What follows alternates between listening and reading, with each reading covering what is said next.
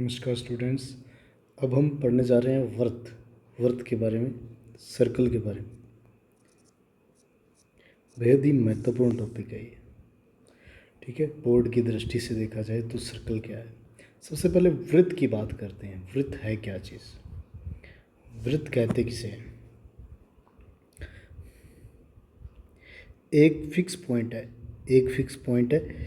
Fix point से समान दूरी पर स्थित बिंदुओं का बिंदुपथ क्या कहलाता है? वृत्त कहलाता है। एक फिक्स पॉइंट से समान दूरी पर स्थित बिंदुओं का रास्ता क्या कहलाता है? ये वृत्त कहलाता है। किसे कहते हैं वृत्त? एक फिक्स पॉइंट से एक निश्चित बिंदु से समान दूरी पर स्थित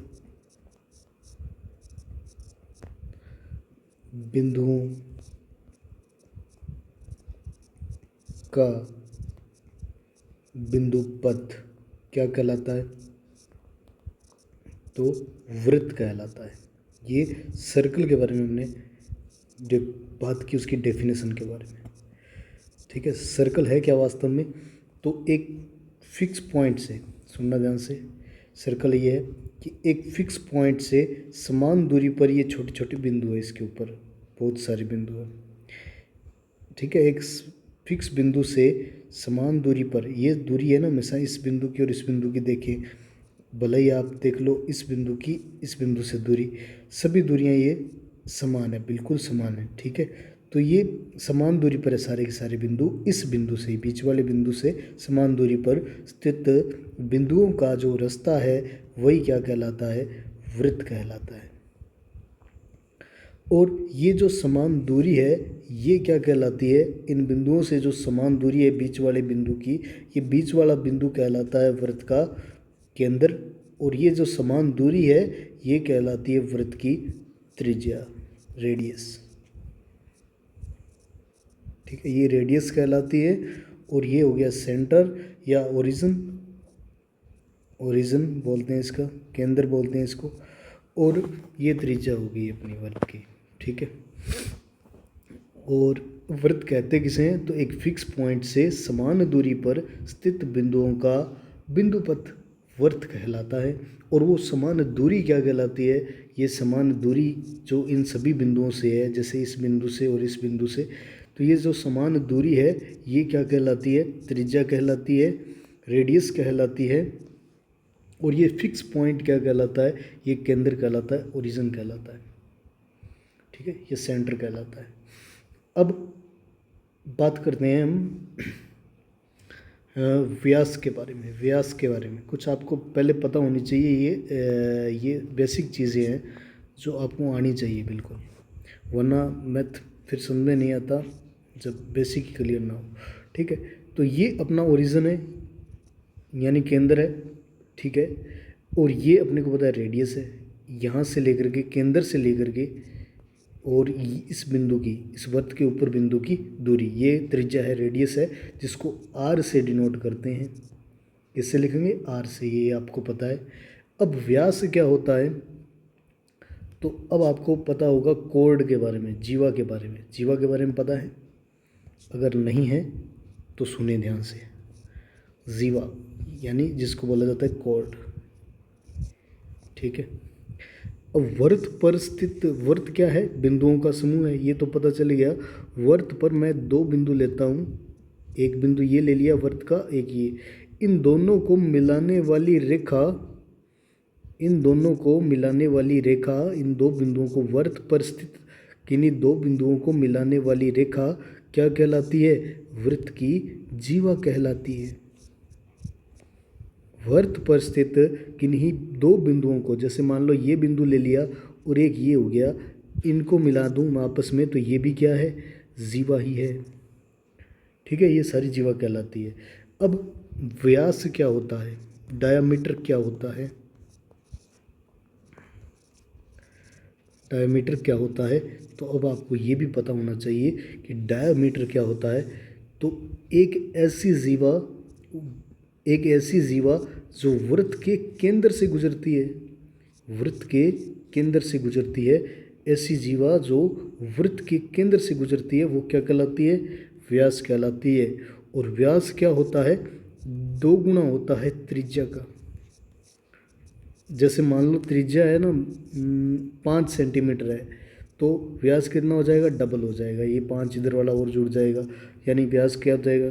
डबल होगा, त्रिज्या का डबल होगा। ये आपको याद रखना है कि डायामीटर होता है यानी व्यास होता है वो त्रिज्या का 2 गुना होता है। ये महत्वपूर्ण बात है वृत्त के बारे में। जीवा के बारे में आपको पता होना चाहिए, जीवा क्या होती है। तो मैंने कहा था वृत्त के ऊपर वृत्त पर स्थित 2 बिंदुओं को मिलाने वाली रेखा, 2 बिंदुओं को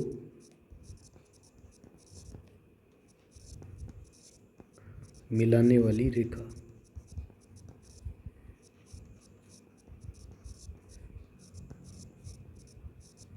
ठीक है, ये व्यास है। और ये वृत्त किसे कहते हैं? ये डेफिनेशन हो गई, केंद्र हो गया, त्रिज्या हो गई, इनके बारे में आपको पता होना चाहिए। जीवा के बारे में आपको पता होना चाहिए। ठीक है, अब मैं बात करता हूँ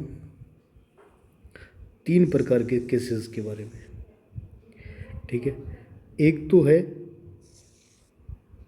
अब देखो मैंने अगर एक तरफ तीर लगाया रेखा के तो ये इसका नाम होता है किरण।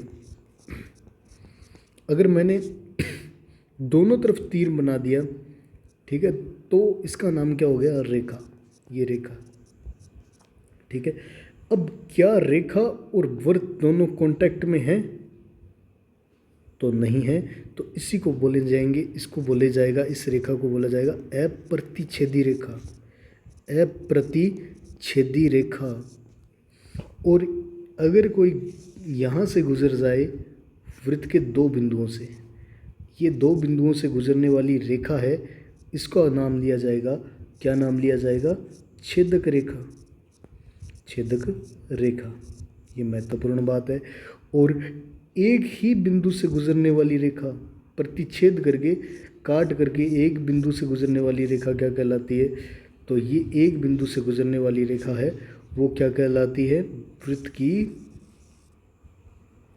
स्पर्श रेखा कहलाती है। एक बिंदु से गुजरने वाली रेखा क्या कहलाएगी? तो इसको बोलेंगे स्पर्श रेखा। ठीक है, वृत्त के एक बिंदु को छूकर निकलने वाली रेखा, प्रतिच्छेद करके निकलने वाली रेखा, वो क्या कहलाती है? स्पर्श रेखा कहलाती है। और 2 बिंदुओं से होकर गुजरने वाली रेखा क्या कहलाती है? वृत्त के 2 बिंदुओं से गुजरने वाली रेखा छेदक रेखा कहलाती है। ये महत्वपूर्ण बात है और ये आपको दिया भी हुआ है। अब देखो ये बिंदु दिए हुए हैं, किस बिंदु से टच करके जा रही है? ए और बी से। ठीक है, और पी। अब आपको पता है बहुत सारे बिंदु होते हैं यहाँ पे ये वृत्त के ऊपर, क्योंकि वृत्त बनता किससे है?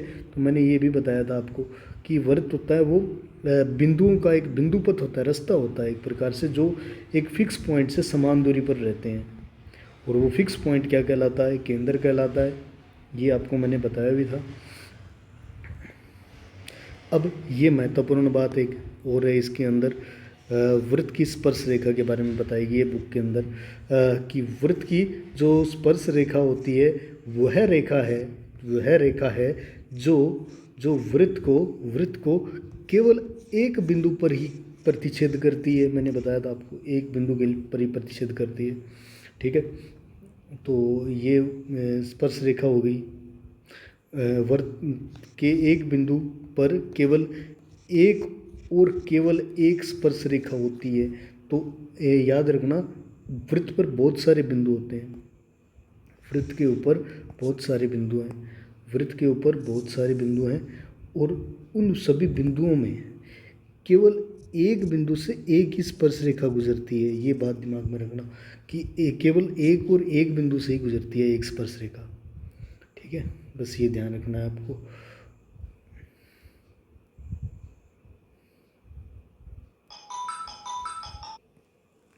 ठीक है, अब इसके बाद में हम बात करते हैं कि जो स्पर्श रेखा है और एक वृत्त है, उसके ऊपर एक उभयनिष्ठ बिंदु है। दोनों का जो टच पॉइंट है, यानी उसको स्पर्श बिंदु कहा जाता है।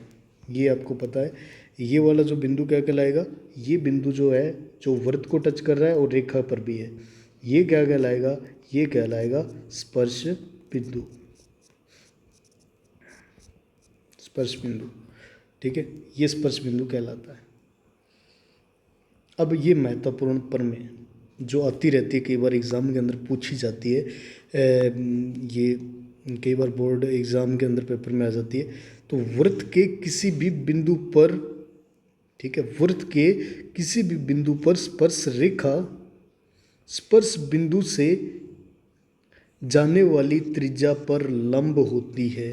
ये क्या है, लंब क्या होता है भाई, ये लंब क्या चीज़ है, ठीक है, थोड़ा सा तोड़ के पढ़ा करो, अच्छे से समझ में आएगा।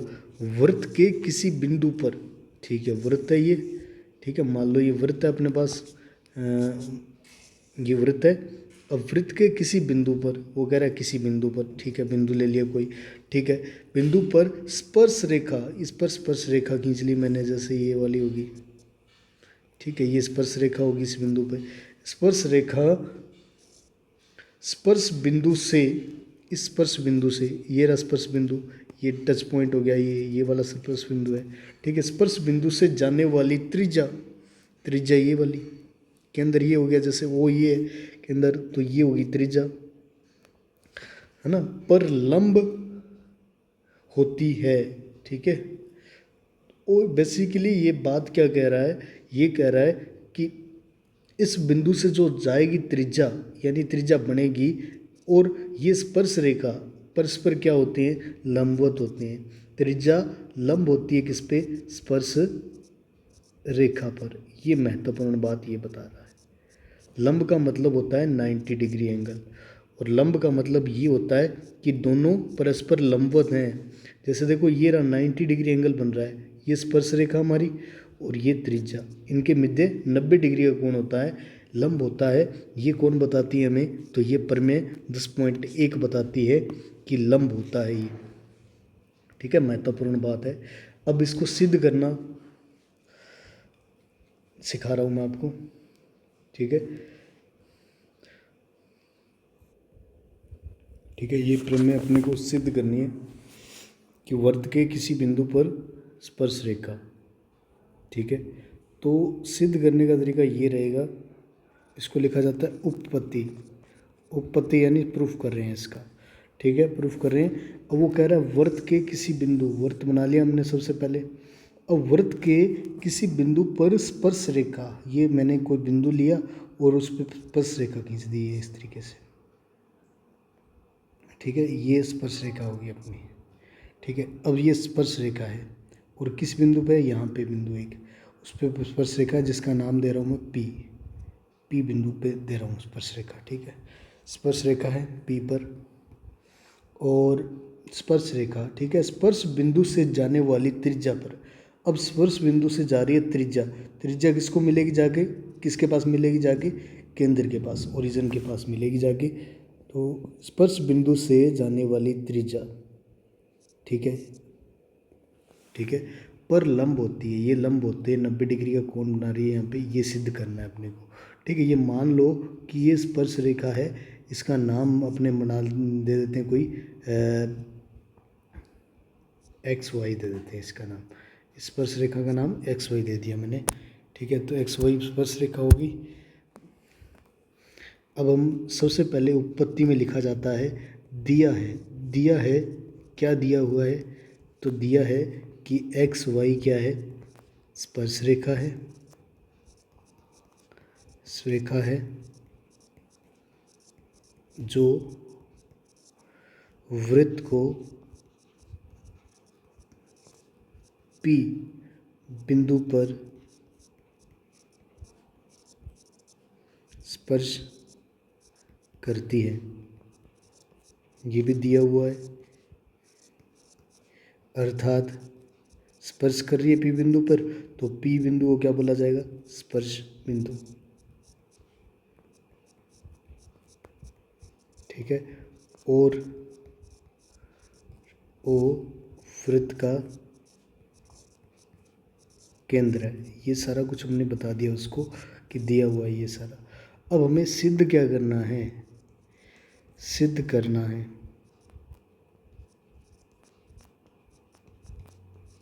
सबसे पहले दिया है, फिर सिद्ध करना है। क्या सिद्ध करना है आपको, प्रूफ क्या करना है, प्रूफ करना है कि जो ये स्पर्श बिंदु से खींची जाने वाली त्रिज्या जिसका नाम क्या है, ओ पी, ये ओ पी त्रिज्या ही तो है वास्तव में। देखो आप ध्यान से, ये रेडियस है, ठीक है। ये त्रिज्या किस पर लंब है, लंब मैंने ये साइन जो होता है ना वो लंब का होता है, उल्टा टी जो है ये साइन किसका है, लंब का, यानी 90 डिग्री के कोण का है, ठीक है। ओपी लंब है किस पे, एक्स वाई पे, ये सिद्ध करना है अपने को। अब हम कर रहे हैं इसकी उपपत्ति, यानी सिद्ध करके दिखाएंगे अब इसको, ठीक है। अब लंब क्या है, लंब क्या है, किसे कहते हैं लंब, इसके बारे में मैं आपको थोड़ा सा कुछ डिटेल से बताना चाहूँगा। तो जैसे कोई स्थान है, मान लो कोई स्थान है और इस व्यक्ति को जाना है उस स्थान तक, ठीक है, ठीक है। अब इनके बीच की जो सबसे कम दूरी होगी, ये कम दूरी सबसे कम, अगर ये यहाँ से जाए थोड़ा सा इधर होगी तो ये ज़्यादा हो जाएगी दूरी इसकी, ठीक है। सबसे कम दूरी होती है वो क्या कहलाती है, लंब। दो बिंदुओं के बीच की, दो बिंदुओं के दो बिंदुओं के दो बिंदुओं के टू पॉइंट्स है, दो बिंदुओं के बीच की मिनिमम दूरी, मिनिमम डिस्टेंस या दूरी, वो क्या कहलाती है, लंब कहलाती है, ठीक है, लंब कहलाती है। दो बिंदु नहीं कह सकते अपने, एक बिंदु व रेखा के बीच की मिनिमम दूरी है वो क्या कहलाती है। जैसे देखो ये एक रेखा है और एक बिंदु है, इसके बीच की अगर यहाँ से मैं दूरी मापूँ तो भी दूरी, अगर इस तरीके से जाएगा तो ये दूर ज़्यादा पड़ेगा। सबसे कम दूरी इस रेखा से इस पॉइंट की है, बिल्कुल सीधा है ये यहाँ से, ठीक है। तो ये जो दूरी सबसे कम दूरी होती है वो क्या कहलाती है, लंब कहलाती है। ये ध्यान रखना, एक रेखा और एक बिंदु के बीच की मिनिमम दूरी होती है वो क्या कहलाती है, लंब कहलाती है। अब देखते हैं कि लंब है या नहीं। हमारा सवाल ये था कि एक स्पर्श रेखा है जो वृत्त से होकर के गुजर रही है और किसी बिंदु से होकर के गुजर रही है, ये पी बिंदु से होकर गुजर रही है, और ये हमारी जो रेखा है वो स्पर्श रेखा, इसका नाम क्या है, एक्स और वाई है। ये हमने देख लिया था इतना, और ये हमारा ओरिजिन है, इसका केंद्र है। अब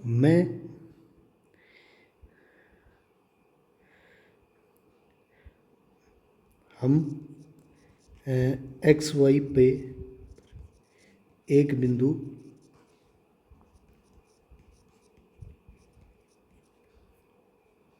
ठीक है, एक बिंदु ले रहा हूँ मैं, क्यू लेते हैं, ठीक है। एक रचना कर रहे हैं कि एक क्यू बिंदु लिया मैंने किसके ऊपर, तो एक्स वाई पर एक क्यू बिंदु यहाँ पे ले लिया मान लो, ठीक है।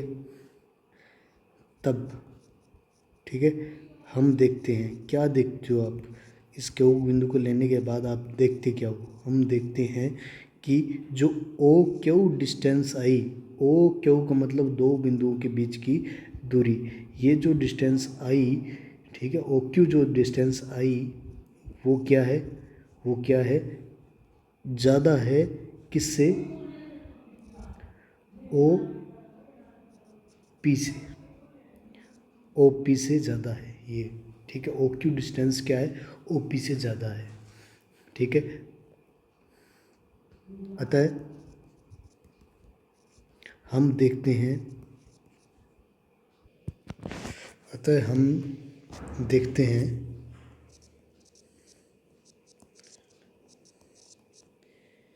कि एक्स वाई के प्रत्येक बिंदु एक्स वाई पर बाहर के प्रत्येक बिंदु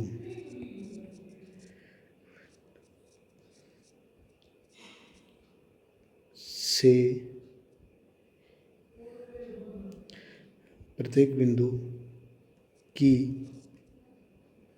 केंद्र से दूरी OP से O और P से ज़्यादा है।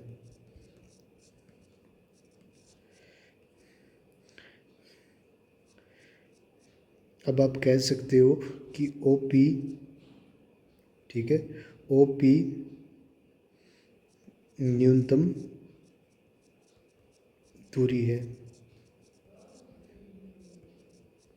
ठीक है। किसकी दूरी है? तो स्पर्श रेखा की। ये भी लिख सकते हो OP स्पर्श रेखा की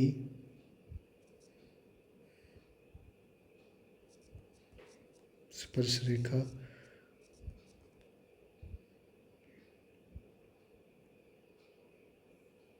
की न्यूनतम दूरी है, ठीक है।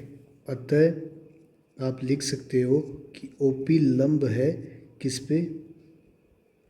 XY पे, स्पर्श रेखा पर, ठीक है।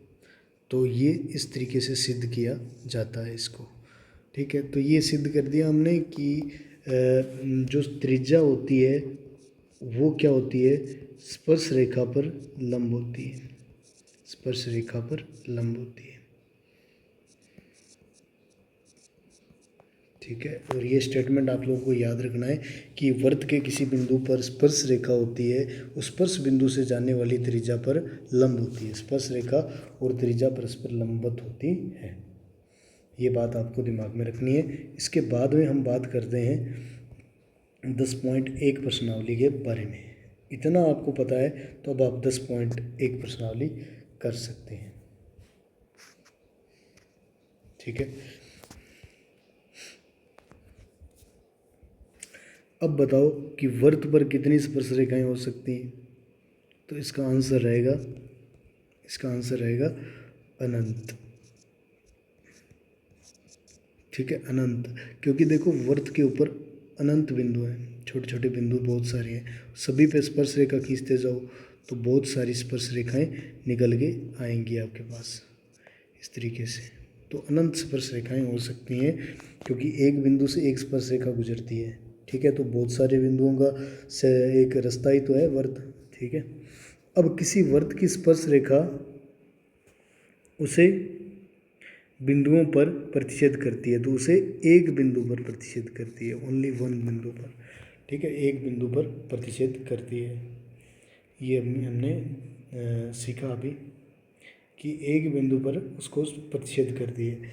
और अब इसके बाद में बात करते हैं अपने दो बिंदुओं को पर प्रतिच्छेद करने वाली रेखा क्या कहलाती है? तो इसको बोलते हैं छेदक रेखा, छेदक रेखा, छेदक रेखा, जो दो बिंदुओं से होकर गुजर जाए वर्त के, ठीक है। एक वर्त की, ठीक है, समांतर स्पर्श रेखाएं हो सकती हैं। तो याद रखना दो समांतर स्पर्श रेखाएं हो सकती हैं। कौन कौन सी हो सकती हैं मैंने अभी अब आपको बता देता हूँ मैं। जैसे ये वर्त है तो एक यहाँ से गुजर जाए एक स्पर्श रेखा, ठीक है, और एक यहाँ से गुजर जाए। और समांतर रेखाएं किसे कहते हैं? तो आपको ये पता होना चाहिए कि समांतर रेखा किसे कहते हैं। समांतर रेखा उसे कहते हैं जब दो रेखाएं एक दूसरे को कभी न काटें, चलती ही जाएं और उनके बीच की दूरी हमेशा बराबर बनी रहे, तो वो दो समांतर रेखाएं हो सकती हैं, समांतर स्पर्श रेखाएं हो सकती हैं।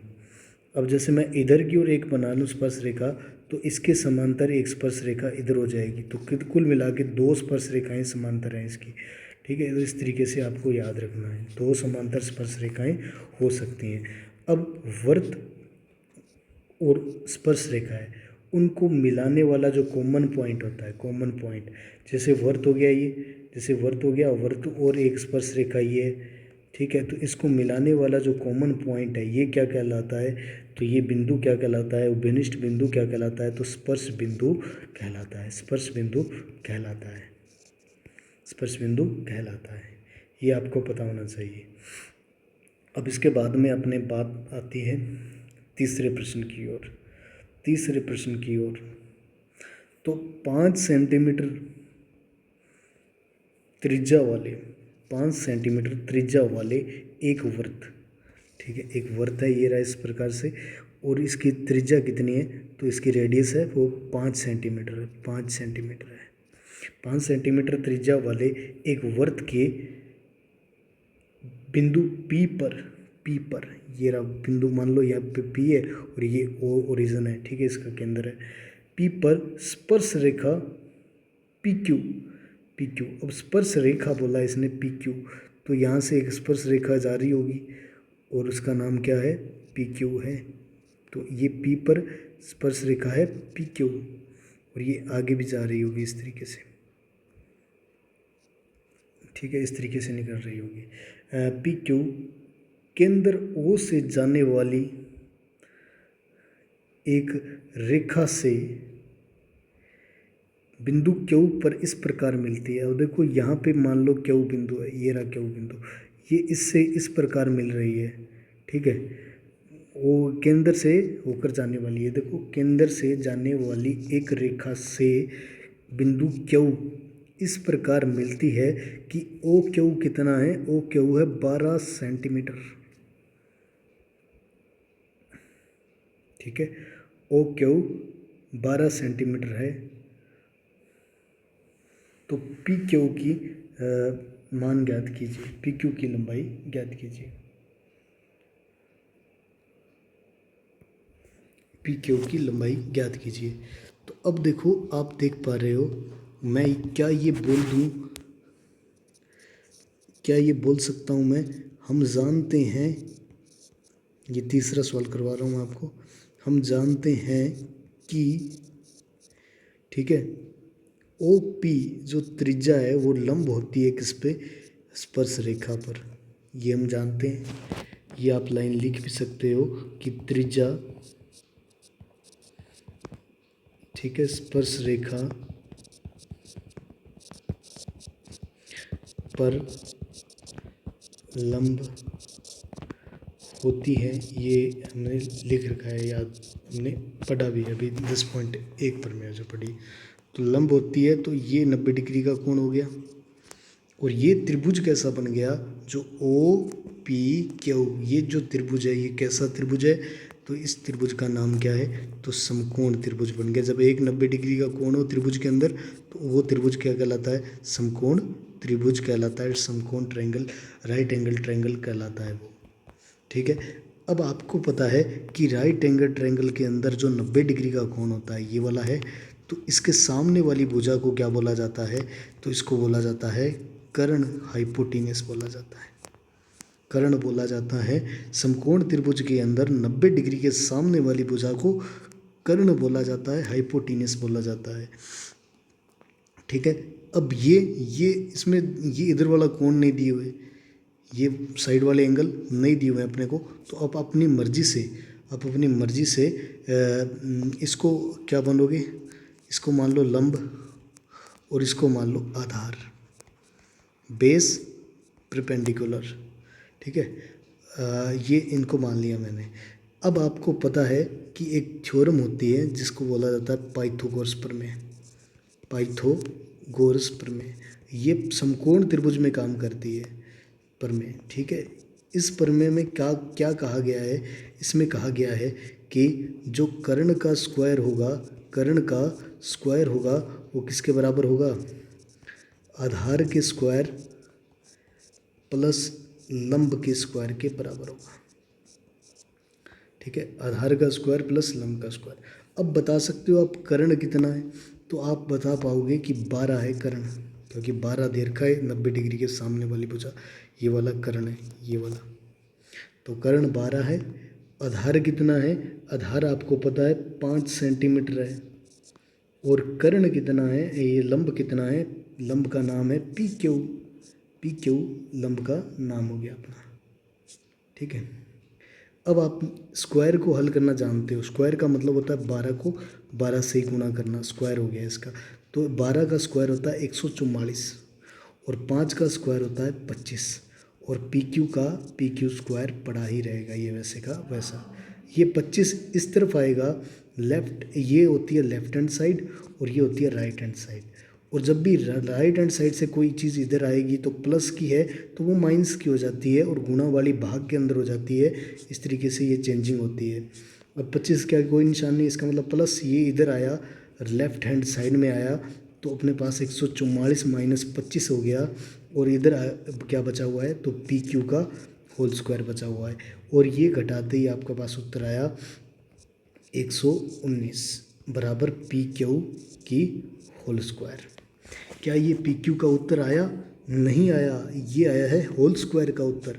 तो अब स्क्वायर को हटाओगे ना आप इस तरफ से, तो मैंने ये अकेला पी क्यू लिखा तो ये स्क्वायर हटाते ही इस तरफ क्या लग जाएगा, वर्गमूल का निशान लग जाएगा। इसको स्क्वायर रूट बोला जाता है। ये इसके बारे में हम बाद में डिस्कशन करेंगे कि कैसे इसमें से कोई भी चीज़ बाहर निकलती है। तो ये 119 रूट इसका आंसर रहेगा। ये वाला डी वाला इस करेक्ट आंसर रहेगा इसका। ठीक है, अब मैं आगे बात करता हूँ चौथे सवाल की। चौथे सवाल की मैं बात करता हूँ। तो चौथे सवाल में क्या दिया हुआ है सबसे पहले आप पढ़ सकते हो। ये कह रहा है एक वर्त खींचिए, एक वर्त खींच लिया। एक दी गई रेखा के समांतर दो ऐसी रेखाएं खींचिए जिनकी उनमें से एक स्पर्श रेखा हो, दूसरी छेदक रेखा हो। ठीक है, वो कह रहा है सबसे पहले एक वर्त खींचिए। वर्त खींच लिया हमने, जैसे कह रहा है वैसे वैसे करते जाओ। ये वर्त खींचिए, ये बात पूरी कर दी इसकी अपने। अब वो कह रहा है एक दी गई रेखा के समांतर। अब एक रेखा दी गई है तो ये लो, मैंने आपको एक रेखा दे दी बाहर की ओर। ठीक है, ये रेखा दी गई है, इसका नाम दे देता हूँ मैं ए बी। इस रेखा है, इसके समांतर दो ऐसी रेखाएं खींचनी है। दो इसके समांतर, इसी ए बी के समांतर दो ऐसी रेखाएं खींचनी है जो एक तो स्पर्श रेखा हो, एक छेदक रेखा हो। अब इस ए बी के समांतर अपने को दो रेखाएं खींचनी है। ए बी के समांतर अपने को दो रेखाएं खींचनी है। ठीक है, ए बी के समांतर आपको खींचनी है दो रेखाएं, समांतर दो रेखाएं खींचनी है। एक तो कैसी होनी चाहिए, स्पर्श रेखा, और एक होनी चाहिए छेदक रेखा। ठीक है, अब आपको पता है प्रकार सभी ने यूज़ किया हुआ है। प्रकार को ये एक नोक यहाँ पे रखिए आप इस जगह पर, और एक नोक थोड़ा सा यहाँ तक बढ़ा लें उसको, प्रकार को। एक पेंसिल का सिरा यहाँ तक है, एक यहाँ पर है। अब एक चाप काटना है आपने इस तरीके से। ठीक है, इस तरीके से चाप काट देना है। अब ये दो पॉइंट मिलेंगे आपको, एक ये वाला और एक ये वाला। अब यहाँ पे उतना ही भरा हुआ होना चाहिए प्रकार, और एक चाप इधर काट लोगे, यहाँ से उतना एक चाप यहाँ काट लोगे। अब एक रेखा बनेगी इस तरीके से, सीधी की सीधी बिल्कुल, और वो केंद्र से मिलानी है आपको। ठीक है, मिला दी उसको केंद्र से। अब आपने क्या करना है, एक रेखा यहाँ से गुजारनी है जो 90 डिग्री का कोण बनाते हुए। ठीक है, यहाँ पे आपने 90 डिग्री का कोण बना देना। इस बिंदु पे आपको 90 डिग्री का कोण बना देना है। ठीक है, प्रकार की सहायता से, आपको पता ही होगा, बनाना आता होगा। इस बिंदु पे रख के बना देना। उसके बाद में आपको एक रेखा मिलेगी इस तरीके से। ठीक है, एक रेखा मिल जाएगी आपको इस तरीके से। ठीक है, ये हो गई एक रेखा। अब ए बी के समांतर दो रेखाएं खींचनी थी, एक तो स्पर्श रेखा, एक छेदक रेखा। अब आप यहाँ पे रख के प्रकार को 90 डिग्री का कोण बना देंगे इस तरीके से। पहला चाप, दूसरा चाप, दोनों चापों के द्वारा एक और आप, और वो रेखाएं क्या होंगी, तीनों ए बी के समांतर होंगी, ए बी के पैरेलल होंगी, यानी तीनों एक दूसरे को कभी नहीं काटेंगे।